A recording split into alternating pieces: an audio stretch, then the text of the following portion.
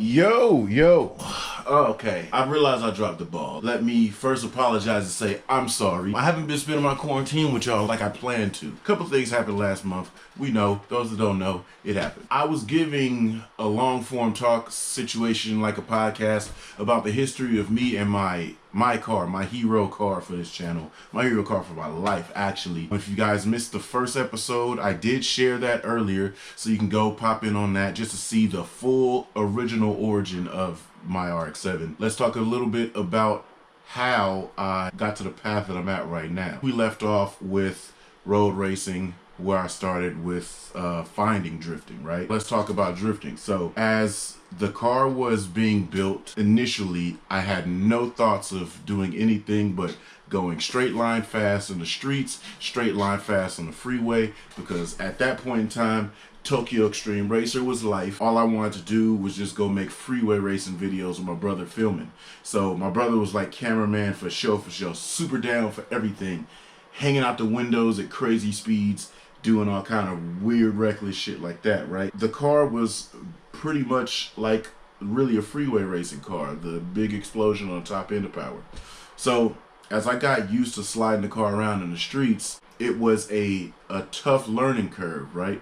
But it was all that I knew, so I didn't know anything was better because I hadn't gotten to drifting yet. Let's skip a ton of everything because there's just a lot of build up, trial and error, bad shit, whatever, right? People that I don't fuck with that were supposed to be shop guys dealing with my car, blowing engines up on dynos. It was just a constant shit show. I paused the RX-7. RX-7 sat in the garage and didn't move for years. Now my homeboy Justin, one of my longest standing friends, he used to go to all of these events, right?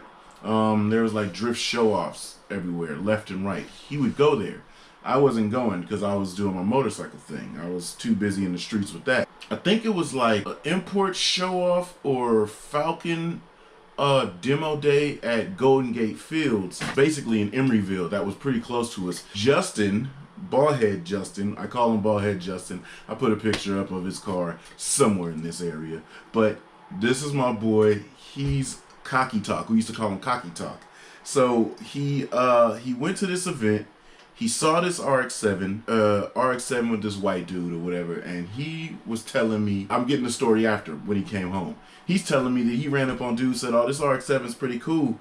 My boy's RX-7's better. It makes more power, blah, blah, blah. Just straight cocky talked him. And he said dude was like, all right. He didn't really give him the vibe or whatever, but then Justin kind of went to, oh man, this car is actually pretty clean or whatever. And I guess he tried to call me, but since I was riding, phone's in my pocket, I don't answer. He's telling me about it, whatever. Telling me, yeah, this car was hella clean. It was like candy green. It was on white TEs. Shit was sliding, shit was ripping. I'm starting to get more interested in RX-7s. Remember, dude told me from the track day, if you don't know about drifting, go look this shit up. Thank me later. So I'm on YouTube, and the only thing, and this is when YouTube first started, I swear for God, like my other channel, some of you have seen my other channel, it's the super old channel. We just made it because it was like MySpace. You had MySpace, you had YouTube. Those are the two things that were social platforms. This is, I think, before Facebook too. So I started using YouTube, and the only thing I was interested in was RX-7's, my body style, not FD's. Second gen RX-7's drifting. So I always put in the keywords. FC RX-7 drift. The videos that always came up literally monopolized those keywords. FC RX-7 drift was one dude. Nope, not the Japanese cats. At that point in time, JTP FC3S Horse Thief Mile. That was all I would see. So I'm like, okay, cool. I was trying to look for the Japanese shit because I did already see option videos and things like that. So I was trying to find the Japanese stuff, but I always came across this JTP dude. It was funny. It was like a freaking omen, right? So I'm looking at this. I'm like, man, that's kind of tight. RX-7 sounds dope. MySpace was our social media. So I just put in JTP in MySpace. Boom, pops up. There's that green RX-7. Spray blasted wall. The wall's blasted, right? Of graffiti. I'm like, that's kind of tight. The car kind of looked shitty at the point because it was in a transition phase. It wasn't green at the moment. It was like a flat primer gray with a light silver roof, but he had Volk GTCs or GTNs, gold face, big deep lip fitment was like on point. I'm like, the paint whack, but cuz clean. I never had a problem with approaching or hitting people up. So I messaged him, yo, what up? It took him like a day or two to get back. I didn't think nothing about it. Matter of fact, no, it did not. Cause now it'll take him a day or two to get back to your goddamn ass. It didn't. He hit me back in like an hour or two. Just simple, yo, what up? So we're talking, I'm like, yeah, man, I'm having issues with my car. And it wasn't really issues with my car. It was issues with motherfuckers blowing my car up.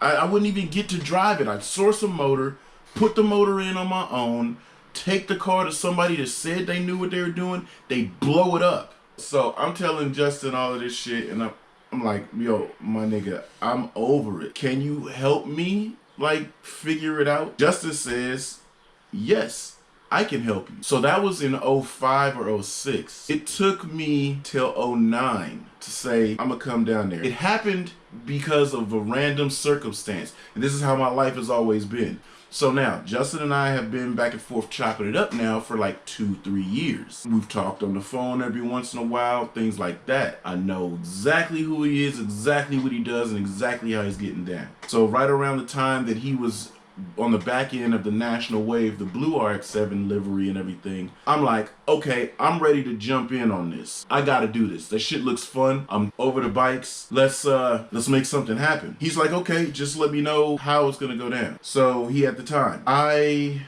was messing with this one guy who's saying he was gonna sponsor me. He had a shop. He was a scambo. His name was Scammy. We called him Scammy. He was always saying he's getting my car taken care of. My car was at his shop. It was to the point where I hadn't seen my car for 3 months. I'd been down to his shop. I hadn't seen my car when I was at his shop. I'm like, yo, where the fuck is my car at? He's saying, oh, it's down at the SCCA technical facility. I'm like, why? I've done road racing shit before. Why does my car need to be at a tech facility? It could be at a shop to get teched. Because he was trying to tell me that he's getting my car ready to go do professional drifting. He says, oh man, I seen you drive, I see you got the talent. Man, long story short, nigga was trying to steal my car. This is the kind of shit that happened back in the day. So he's trying to steal my fucking car. My homeboys, my brothers, SYTFU cats, we clicked up, we ganged up, we found the car, we mobbed down on cuz deep. When I tell you it was 11 or 12 of us that showed up doing work, I'm talking about doing work. Dude cut from the shop, he closed it down, we got to the shop, we broke the motherfucker open, we pulled the car out. He tried to have his workers block cars in and shit, block the access points. We went in that thing, jacking cars up, pulling them, trying to flip shit on his head. Long story short, we took his trailer, took my car, I got it home. So because I rescued my car, I say my car has to leave NorCal. I'm sick of NorCal, right? So boom, off we go to LA. Now, I'm mentioning the Scammy dude because when he was trying to coddle me because he took my car, he's getting me set up with all these track days. So he said, oh, I know you're a road racer. Until we get the drifting thing set up, let's go to some track days. I just got the RX-8. He's part of the reason I got the RX-8. I'll tell you a story about that later. But I get the RX-8. I do some track days of the RX-8. I'm ripping, but while I'm in LA, I hit Justin up, yo, I'm in LA. I'm gonna come through. He's like, all right, cool. Boom, we kick it, we chill. Hella hours, dude, super cool, straight up talking. So now we have a real relationship as homies now. I get my car from dude. My mind is made, my car is leaving NorCal. I don't know what the hell's going on with everybody up here, but everybody's shit ain't right. Bruh say he's got me. I'm about to see if he's got me. I just take it down there and drop it off. It's like, yo, just let me know what's happening. Let me know the deal. We'll work it out. Justin jumps on it. Send me pictures every day. He's getting it cracking. Things are happening. Things are starting to come up. Yo, when do you need the car? I don't know. I don't have anything scheduled. I don't have anything planned. I still don't really know how to drift at this time. Now, there's a difference between sliding. I can slide corners. I was sliding on the track. They're kicking me out for that shit. I can slide. I can skid. But there's a difference between skidding and drifting. A lot of these cats be on YouTube. They bust a skid and they call themselves drifters.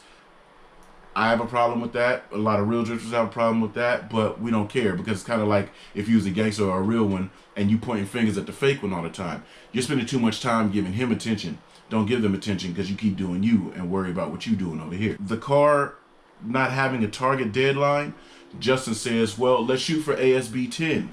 All-Star Bash was something that I was looking at speed hunters on the internet and I was like, damn, that looks sick. At a time, it was strictly for zip tied, I think. Don't kill me if I'm not correct, but I believe it was strictly for Zip Tide members. So because I was connected with Justin, a couple of the other people around that element were hitting me up. They were like, yo, apply for Zip Tide Forum. You get approved, everything good, then we'll hit All-Star Bash. Cool. Long story short, All-Star Bash comes up. I hadn't heard from Justin in a couple of days. When I text him, it's like really short answers, but everything was saying, yes, we're ready to rock. So I head down. I drive my truck full of equipment, no trailer. It's just a truck with equipment because I plan to drive the car back. We get there, and Justin's kind of like, he's got this, not nervous energy, but it's different. His vibe was different. And I'm like, what the fuck is going on? Oh, we need to go over here. We need to go over here. We need to go over here. We need to go over here. I'm like, all right, cool. We get there, and then when we're driving, Justin's like, yo, I got something to tell you. You ain't about to be mad, right? I'm like, oh, Blood's doing it to me. And I've already spent the money to register for this event. Wasn't cheap. Bought all my supplies, tires, everything. Don't do it to me.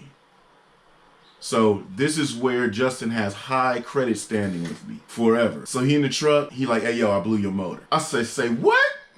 Right? Because this is normal to me now. He say, yeah, I don't know what happened. Man, we making good power. Everything is good. Shit was ripping. I made a few small changes, and then the car blew up. So I'm looking like, oh, Blood. This was a 7-hour trip.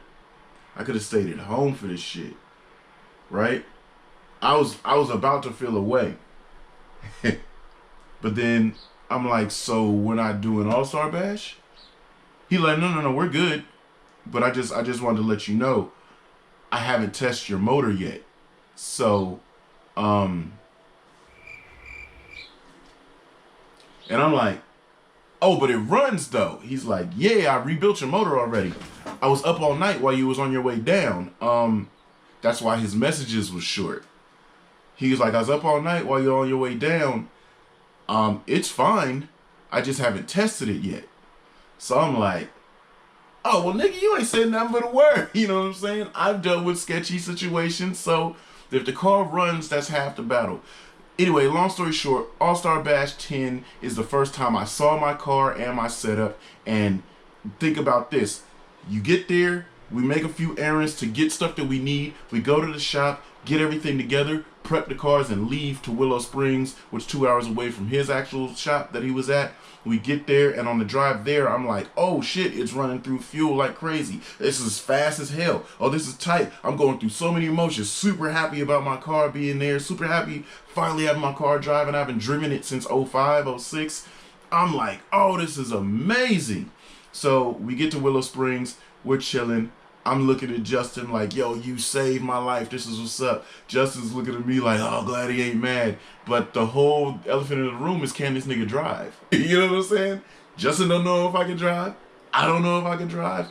But we hear this experience is great. Never drifted before. All-Star Bash 10 starts. I go out early.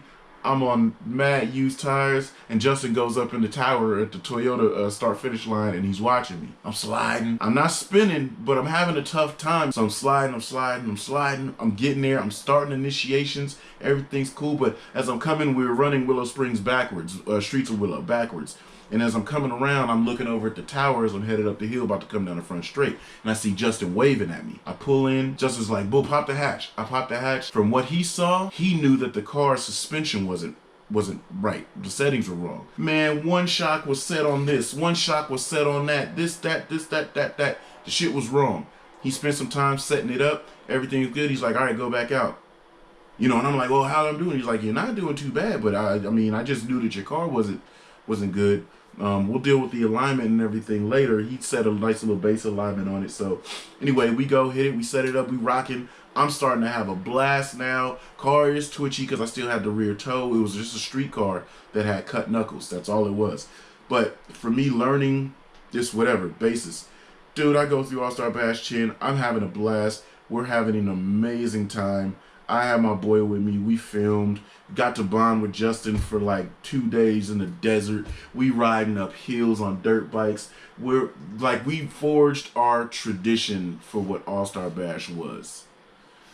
And so this is why I say like he's always in good standing, because Cuz had his own life and everything going on. He took on a project for a new friend.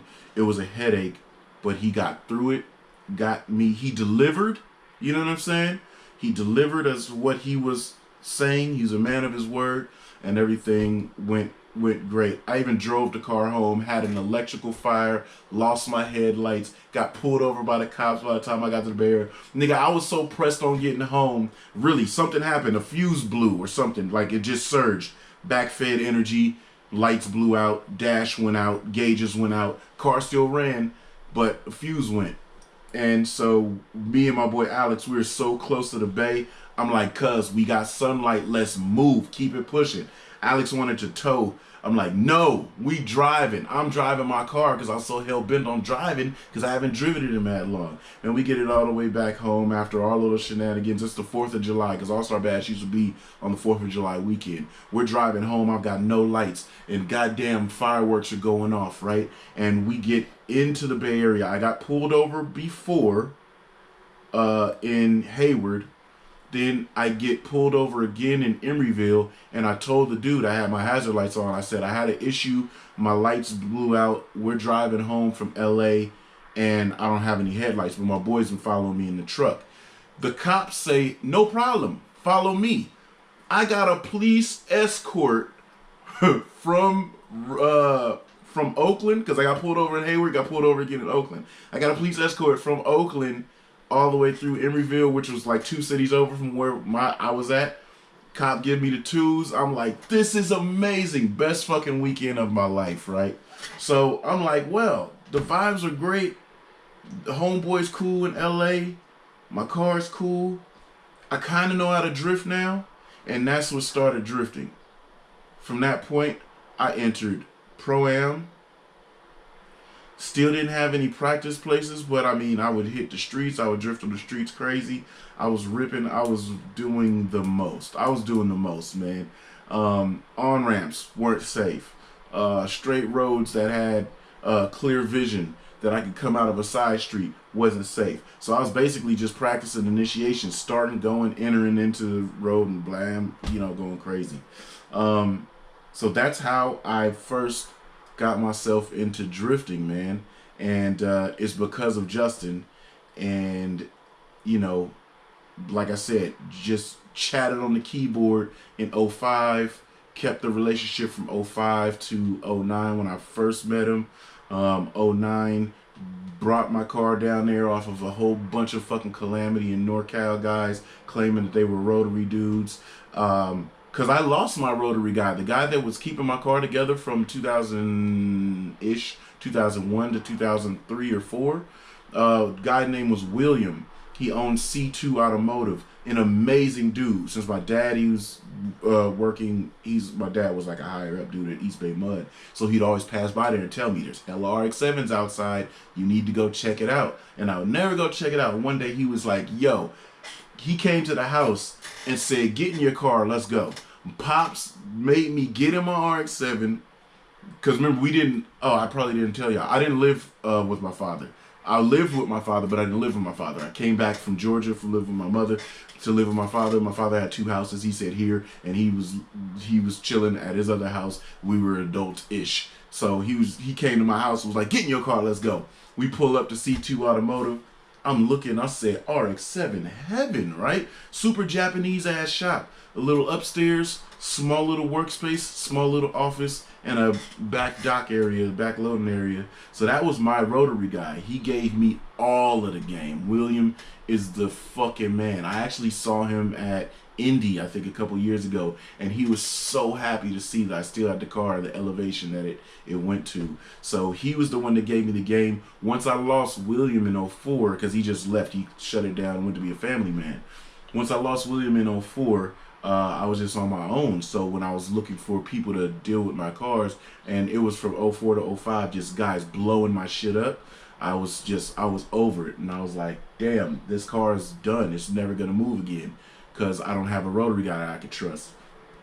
Then here goes Justin. On that bombshell, I'm going to let y'all have that to linger. We're going to go. I'm going to continue to do this. I'm going to do this once a week. I swear, I promise. I'm in a better space. Life's good.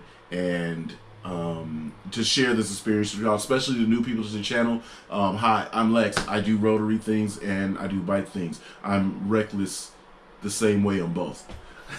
but this was a lot of people kind of, because Justin and my relationship, Justin and my friendship is really like our friendship type thing. You probably have never seen me post them on social media or even a group picture. You could probably find some probably on our Riot Squad Drift Team IG page, because we keep it specifically Drift Team, and that's like that. So I mean, that nigga's like my brother. You know, we'll continue to drift talk as how he taught me shit to progress to what I was. There was a point in time where I went from being a beginner to 1 year I ramped up to a certain place, and we'll explain all of that on the next episode. So, subscribe if you're not subscribed already. I got quite a bit, 45%, 48% of y'all, I do believe, are unsubscribed, which is cool. It's cool because you're coming to check it out, say what's up, you know, kick it with me, give me a like. I like the comments that you guys are leaving. We get to talk a lot. That's cool, because it's because of y'all, because of one of y'all, your comments. You helped me realize that I need to pick back up on this, because I forgot all about it. And then this weekend, it's been such a tough time making content. Everything's been going wrong, and this gives me a good change in pace to do something I had already planned to do. So thank y'all for fucking with me in the comments. Thank y'all for subscribing. Thank y'all for likes. I do appreciate it. My hands ain't that ashy, so I don't feel that bad of putting my knuckles there in the picture. And come on back, man. We're gonna keep talking. This is experience gained. This is the long form conversation, so that you guys can learn a little bit of history about me. So I'll check you back in the next episode. I'm gonna drink this shit because I know it's been annoying. I've been holding this shit for about 15, 20, 30 minutes. I don't know how long this shit is. Some of y'all know this Tokyo Extreme Racer up there. Yeah, that's that OG shit. Alright, y'all, I'm going.